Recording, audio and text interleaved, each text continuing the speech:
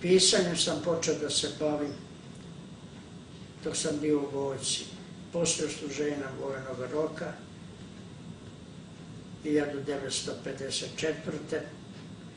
odlazim za Beograd, rešim da se posvetim pisanju.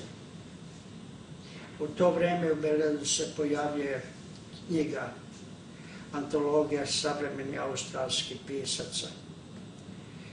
3 pisca iz te skromne knjige bit će posebno značajna za mene. John Morrison, Alan Marshall i Miles Franklin. Sva 3 sa skromnim obrazovanjem, ali velikim životnim iskustvom.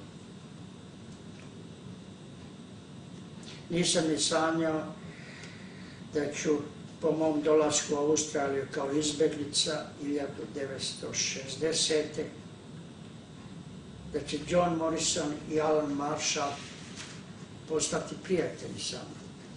Miles Franklin nikada nisam sreo. Umrla je 1954. iste godine kada sam o njoj saznao iz antologije.